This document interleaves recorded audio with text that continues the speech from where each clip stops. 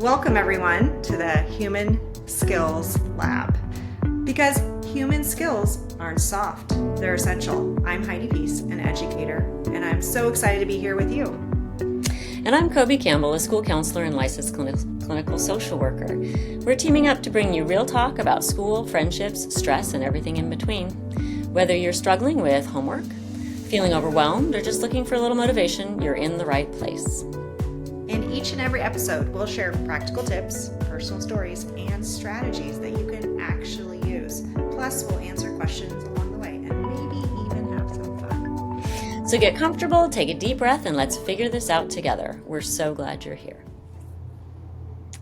So today, welcome, we are talking today about prioritization based on our values. Last week we did a values clarification exercise. And so this week we're going to be talking about prioritizing all of our things, our tasks based on our values or using our values to do that. And so why do we want to prioritize? First of all, what is prioritization? And that's really deciding what the relative importance and urgency is of each of our tasks or things that we have in our different roles. And why do we want to do that? Because that allows us to reach our goals. If we are not prioritizing what we're doing, human nature is to slide into sort of the easiest thing or the thing that lights us up the most versus doing those things intentionally that will get us to where we want to go. Things that move the needle for us, either in our personal goals or in our jobs or in our parenting. So that's one of the reasons why we prioritize. Our first step in prioritizing is to list everything on your plate without any judgment, and that can be the hard part. So you want to put everything down in all of your roles. That could be a very long list for some of us, right? And the reason you want to do that is because, number one, it can give you a really good feeling seeing all of the things that you do, a feeling of accomplishment. Now, a note, you could feel overwhelmed and discouraged as well. Look at all of this on my plate. How am I ever going to get it done? Or I'm not currently getting it done. But what I would encourage you to do instead of become overwhelmed is to encourage yourself. Give yourself a pat on the back for all of the things that you're doing, that you're holding it together during all of this. Or maybe you're barely holding it together, or maybe you're not holding it together, but still give yourself some encouragement because you are still trying. If you're doing this exercise, you're still trying. So the no judgment piece is, the importance of the no judgment piece is that when you think about how, if we were to receive criticism from somebody, does that make us feel more or less empowered and motivated to do things? My guess is it's less. Most of us, Definitely less. it definitely would be less, right? I mean, think about if somebody criticizes your job performance, you are not likely to, feel good about your job performance. So if you can give yourself some grace, and the way that we talk to ourselves is as important, if not more important, than how others talk to us. So thinking about behaving towards yourself, speaking to yourself in ways that are empowering and motivating versus not motivating. The other part of the judgment piece is letting go of resentment about who should be doing this. This isn't part of my job. Yeah. I shouldn't have to do this. My kids should do this, not me. So we want sort of a neutral listing Yeah, it's like of, protecting your energy. yes, You can waste your energy with all of that extra stuff, or you can just use your energy to focus on your values. right. We're using our values as a proactive way to use our energy in a way that's going to work best for us, versus getting stuck and mired in the trap of resentment and frustration and overwhelm. And it happens to all of us, sometimes on a regular basis. And this can be a way out of that by using our values to intentionally tackle those things. So before we move into step two, which is choosing a system, we've decided a system that we are going to go through today, the Eisenhower Matrix or the Stephen Covey quadrants. He developed, sort of adjusted that Eisenhower Matrix for his system or his structure that he put together. So things that we might think about are what we need to determine what moves the needle towards where we want to go. Those tasks that move the needle, when we go into looking at the different quadrants they can go in, that becomes an important question. Two, what aligns most with your core values? Three, what lights you up? This can give you motivation for the rest of your life. Like if you have a small thing that lights you up, regardless of what quadrant it's in, it could fit because it motivates you. And then number four, what can you let go of? And on this one, I want you to be brutal. Sometimes we hang on to stuff that we like to do, but doesn't really fit with where we want to go. So just some things to think about before or as we are going into step two and actually prioritizing our tasks. Okay, so we have four basic quadrants in this way to, I guess, assess our to-do list. So the two main things are, is it urgent or not urgent? Mm-hmm. And then is it important or not important? So those are essentially what we're looking at. So after you're done with your list, you're going to put them into categories. So if it is urgent and important, that's something we are calling the do. That's quadrant one. The next one is going to be not urgent, but essential. And this is really where, in our training, that you want to spend a lot of your time. You don't want to be in the firefight doing something that's so urgent but important that you're letting that thing cut in line, right? Because we're trying to be intentional. I think looking at everything through our values and putting it through this matrix is actually going to help us be intentional with our time, because we do have choices with our time. We do have, job descriptions and parenting obligations, but we still have choices. And we also don't toggle them on or off. Like, well, I either do this or I don't. You can also do them to varying degrees. Mm-hmm. So we have a lot of power, and I think we need to stand in that power and realize the power that we do have when we are making these choices, and not be such a victim of our time. Like, oh, we have to do this. Well, we have some choices. So let's go on to the next one. So that one, that one's quadrant two, and we call that the decide. When are we going to do this? How long are we going to do this? We know this is important, but to what degree are we going to do this also? Okay, and then quadrant three. Okay, this one is deceptive. This one is the one you may want to delegate or downgrade your expectations. So for this one is the one that demands attention, but is not necessarily important. Or you could have somebody else take your place to do this. This is not dependent on necessarily you. And then quadrant four, that's the delete. That's the one that we're going to try and let go of the things that are in there. And that we call that the escape quadrant. And that's the one that are the kind of the time wasters. They're not really that important and they're not urgent. Now, if we're going to be in that quadrant, we want to do so intentionally. We want to be like, I am going to do nothing for 2 hours because I really need that. Or I have some other things I want to do, but I'm going to go walk in my backyard and ground on my grass. And I'm going to go stare at the birds because that's what I need for my wellness. Yeah, So I think it's really important to distinguish between, like, rest does not necessarily belong in the delete quadrant. That Correct. could be something that really belongs in a different quadrant. Yes. We don't have to be productive all of the time. That's why discernment and intentionality in quadrant four is so important, because if you need rest, you need rest. And that is a valid thing to do. It's not a time waster. And your rest might look like watching Netflix for 2 hours. And we'll get this a little bit more when we actually talk more about the examples in quadrant four. But that intentionality of, I'm not going to let this become a pattern, but for today I've got nothing left, and this is how I'm going to rest my body. If you find that that's taking up a lot of your time or it's become a habit, then that's something to look at and maybe delete. But that's where it's very personal, and discernment and intentionality really comes into play when you're putting things into quadrants, is really um, what do I need and what do I value? Really looking at your values, right? If you have a goal you're trying to meet and you find yourself watching Netflix on a regular basis for 2 hours, then you might want to take a look at that. But again, just that intentionality. And I think also it's who is deciding what quadrant these all go into. So Hmm. once you've done your list, you are the one that decides that.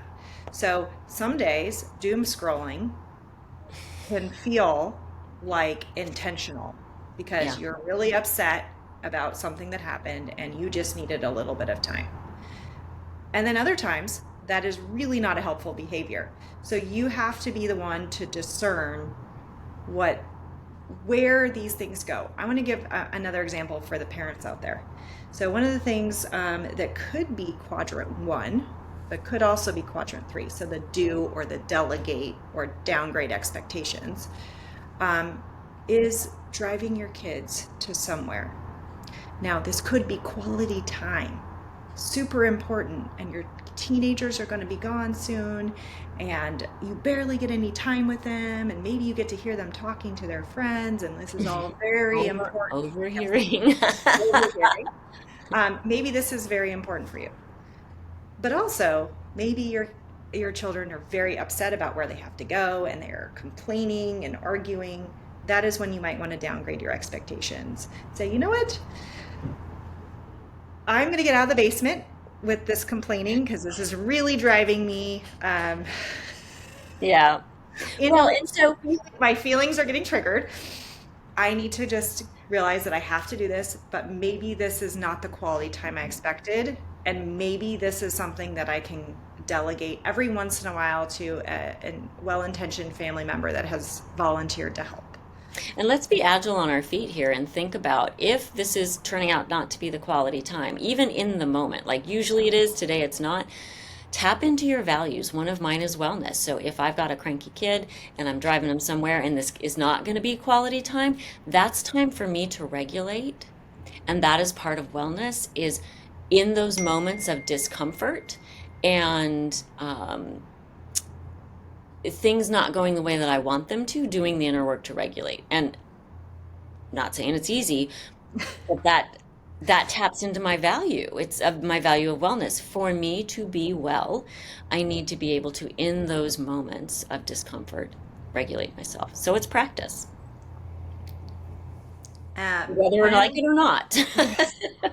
so I wanted to go over a couple examples for Yes. each of those quadrants that are kind of like real life examples. Like, so your job, whatever's in your job description that is important is going to go in either quadrant one or two. And again, who is the one that is discerning whether it's important or not? Now, I make slides for my job, part of my job, but redesigning them 4 times and changing the font and the color, well, that is a delete activity. Like I said last week, Pinterest is not interested in what we're doing here, right? So, Sometimes that's not, yeah, you have to say like, is this actually leading to a benefit? yeah. And you have to do a little bit of the cost benefit analysis. And you can say, well, I'd love to be creative. I'm like, great, great. But we have to also make sure it doesn't go into doom scrolling, right? We're not gonna take something that was okay and Hmm. then turn it into something that's not okay, right? So we're gonna do all of our activities with intention. So you're gonna go through your job description and go, okay, what is urgent? What is not urgent but also important? And then the things that don't fit into the important category, we're gonna see what we can do to either lessen what we have to do with those activities by delegating or downgrading our expectations, or just simply deleting them. And Like so that this would be could quadrant fall three, off right? my If they don't fit in one or two, then we're going to see if they fit in quadrant three, which is delegate or downgrade your expectations. I want to go back to quadrant one for just a second, yeah. because when we're talking about urgency, I think it's important to have discernment. Whose urgency is it? Good point. Somebody shows up at your desk and says this thing that is very urgent to them. Is it urgent for you? Mm-hmm. Not to be harsh, but sometimes the urgency does not belong to you. And that's another point of discernment. Where does this really fit? Especially for those of us who are uncomfortable with confrontation or conflict or don't want to let people down. We can end up taking on other people's urgency, and then the stuff that we have that belongs in quadrant two suffers. I mean, quadrant one suffers. Exactly. And then you add some social relationships in there and that commingling of, oh, this person that's special to me handed me Hmm. this. Yeah. And you kind of have to tease that apart sometimes and to have some, like, maybe you'll have that conversation with them saying, hey, I know this is really important to you. I'm going to get to it. Here's my time frame. Yeah. Is that okay with you? Yeah. Otherwise, maybe give this to somebody else. This can go But right on out. and I realize this is so tricky to do. It It's is. really tricky, but it's important that at least you have looked at it honestly Hmm. and asked yourself some important questions. And that starts the point that we'll make probably in other quadrants too, of internal boundaries and external boundaries. So this work of being proactive and living according to your values requires external boundaries sometimes when other people's urgency is presented to you. And then internal boundaries in terms of what am I willing to take on? What am I willing, how much am I willing to suffer, right? This is going to get in the way of me getting my quadrant one and quadrant two done. So I have to have some internal boundaries and not over help again, right? Um, Because we have to accept the fact that we only have a limited amount of waking hours. And then less than that number, we mhm, have a limited amount of working hours. And working, you know, with your work hat on or your home hat on or mhm. your wellness hat on. And if you really actually do the math on this, you realize that you can't have all of your waking hours at work. It's not going to Mm-mm. work. Nobody's going Yeah. to eat. Nobody's going to get to tutoring. This, it's important that we have that clarity around how many hours do we really have? Yeah. The other thing I want to mention about that is somebody else's urgency coming to you and you overhelping or um, not abiding by an internal boundary or external boundary that you've set. You may actually be doing the other person a disservice too, just in terms of their own growth and development. So you're taking on something for them and then also not allowing, you're not growing and then they're not growing either, if that makes sense. And emergencies happen. I'm not saying that, you can't respond to emergencies. But again, like if the urgency is there on a regular basis and it's not yours, then that's a conversation to have. Exactly. So let's move on with a couple more examples. So quadrant one, we said quadrant one and two should be like things that are actually applicable to your job, right? Whether your job is at home, Hmm. caring for children, whether you're just fresh out of college and you're like, I need to find a job. Like that is urgent and important. So like whatever hat you have on, you need to come up with, okay, what are those urgent and important or just important things that we need to get on a schedule. One of the things I want to highlight there is health. Many health can go in either of those categories, right? If you have an urgent problem, like there's something like that hurts, like you have an abscessed tooth or something, that is going to cut in the front of the line because it Yeah. hurts and it is going to stop you from being comfortable. But also, you have to schedule the eye appointment for next year and make sure you have it on the books. Now, that's something that would fit into quadrant two, right? Right. Still very important. Need to get our eyes checked, need to get new glasses, all those things. But it's important to know which category they fit and to make sure we have a system in place for those things that are not urgent yet. Yeah. Because if they just fall away when you grow up and become an adult, you realize there's nobody coming to schedule your doctor's appointments for you. Nope. You have to That's do all it you. yourself. And then, if you're kind of like in middle age, like you might be scheduling doctor's appointments for loved ones, whether it might be children or it might be your parents. Like these Yeah. are these are realities that we need to have a system to minimize the amount of overwhelm that we feel in the moment and the amount of urgency. It's hard to get an appointment next day, but it's easy to get it 6 months in advance. Yeah. So we can transfer some of those urgent problems if we have good systems in place. Yeah. And Proactive then systems. Yeah. quadrant 3 and quadrant 4. Maybe we can do some examples together. Okay. Like I said, changing the font, changing the color, rearranging the order for the 5th time. Those are all things that we want to limit. And we want to just bring awareness to ourselves without being judgmental. Yeah. So, hey, I noticed you didn't like the teal color that you selected the first time, and then you went into the little custom section Mhm. to create your own. Was that important? Was that Yeah. necessary? And we can run that through our values, right? This is like a system where we can continually do that. Well, is this learning? No. Is it connection?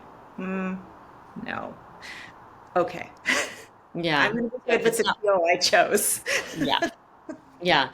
For quadrant 3, some of the questions I think of is, does it need to be done, and does it need to be done by me? Great. In asking those questions, just getting down to the nitty-gritty, if it does need to be done and nobody else is, you cannot delegate it, then that's where you downgrade the expectations and how well do I want to do this? Does it just need to be done? Can I just, uh, throw out a sheet of paper for people to sign in instead of create a thing that has, like headings and everything? So just really letting go of some of how well they need to be done and just having them done. So we're going to really address our perfectionism and realize when, because we all want to feel competent and capable, and Yes. we want to look professional, Yeah. whatever it is we're doing, but also weighing that against the amount of time it's going to take and putting it in the proper order. Well, Yeah. I'll get to that if I can get to that, Yeah. right? But I'm not going to lose sleep over it. I'm not going to not be able to be there with my family at dinner because of that. Putting some boundaries in place, Hmm. but again, weighing them against what you value most. Another thing that comes up, I think, too, is especially with those things that we don't want to let go of, um, is avoidance. Avoidance of the hard stuff. Maybe you have some stuff in quadrant 1 and 2 that isn't easy, emotionally or actually, mentally, physically, whatever. But it's stuff that needs to get done or really does align with the core value. A lot of times we can get really sucked into the things that we like to do or that are easy to do, or then this isn't necessarily the stuff that lights us up for motivation. That has a place too. But when we spend too much time there, or we're just doing stuff that makes us feel good, that's easy, but we know we've got this other thing over there to do that's not, be intentional and be aware of that, because that can happen. That's a really easy trap to fall. I'm not saying I have or have not fallen into that trap, but it's an easy one to fall into, because the other stuff maybe isn't as enjoyable or isn't as easy. Right. And then I think I want to bring back to one of the questions you pointed me to, is how much do I want to suffer? Mm, If you are not sleeping, if your family life is suffering, if your work life is suffering, really noticing where that's coming from can help you address it. And then mm. ask yourself, well, how much do I want to suffer? And just asking yourself that question can kind of help you to take a step back and not be so tunnel visioned on one specific task. Tunnel visioned on one specific task or resentful about it being on your plate. So when we Yes. look at the circle of control, right, and I will put a visual somewhere once we're done. The inner circle is the stuff that you can control, and the concentric circle on the outside is the stuff that you can't control, and there's a whole lot we can't control. The stuff on the inside, us, our reactions, our thoughts, words, feelings, behavior, all of that stuff, is within our control. I'm not saying it's easy, but um, looking at what you can control and doing something with that can help to pull you out of that sort of overwhelm, frustration, resentment that can come with, I don't think this should be mine. Why is this on my plate? And all of that goes along with it. Um, so I think that can be a tool that can be really helpful when we're feeling overwhelmed. What do I have control over? And then the flip side of that is what you do have control over. Make a plan. Do some action. That really can often help to decrease the intensity of feelings around that. Great point. I'd like to take a moment just to sum up what are our 4 quadrants and then what do we do with each of those quadrants. So the first one is really important and also urgent. Okay, so it's necessary and it's urgent. And that's the do. So we want to do the things in that category. If they're extremely pressing, maybe those cut the line. Maybe they can cut like partway through the line. You can use your discretion based on the thing you need to get done. And then having that good neutral mindset of this needs to get done.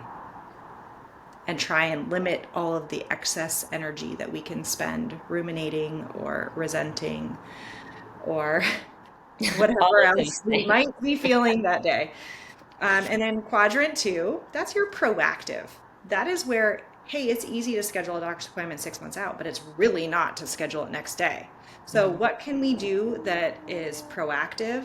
And then we decide and make a system so that can get done in a reasonable amount, with a reasonable amount of effort, and also that we kind of believe it's going to get done. Because if we can make a system that we can get behind, that can also free up a lot of our brain from the worry, from the overwhelm, because we have a system that we trust.